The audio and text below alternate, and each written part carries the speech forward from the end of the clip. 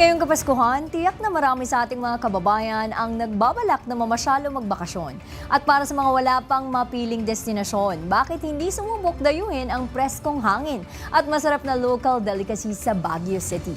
Silipin yan sa report ni Jap Regala. Pagpasok ng bare months, siguradong nagplano na kayo ng inyong pamilya, tropa, mga kaibigan o mga katrabaho. Uy, Pasko na, ano na? Kung hindi pa kayo nakakapag-decide hanggang sa mga oras na to, bakit palalayo?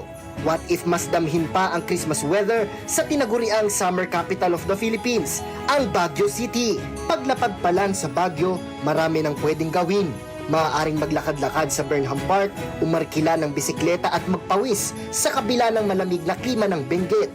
Pwede ring tumungo sa Camp John Hay para sa preskong hangin, tanawin ang mga pine trees o mag-picnic sa malawak na damuhan. Para naman sa kultura, bisitahin ang Igorot Stone Kingdom sa Barangay Pinsaw proper.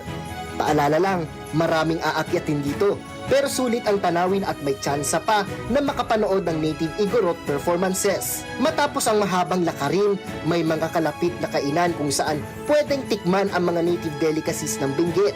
Sunod na huminto sa Mines View Park para matanaw ang kabundukan ng Benguet. Dito, pwede ring magsukat ng tradisyonal na bahag o kandag at bumili ng mga pasalubong.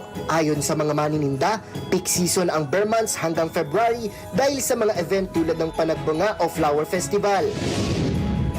December, January, hanggang February kasi may mga event na yun. Nakarecover na yung mga tao. Flower Festival, February. Yun ang maganda talaga kasi marami silang may float parade, street dancing, mga ganun. Huwag palampasin ang strawberry farm sa La Trinidad para sa strawberry picking at souvenirs. Pwede rin namang tumungo sa Ililikha Artists Village para sa handcrafts, leather goods at local arts malapit lang sa Session Road. At syempre, andyan ang Session Road para sa local food trip at ang Baguio City Night Market para sa merienda, hapunan at pasalubong. Bukod sa mga pasyalan at kainan, huwag kalimutang mag-ipon ng memories na babaunin at babalik-balikan.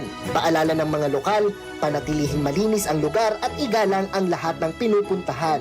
Kaya ano pa ang hinihintay nyo? Ituloy at kulayan na ang gala sa Baguio. Nauuna sa balitang totoo at laging bago. Jap Regala, Alauna sa Balita, Congress TV.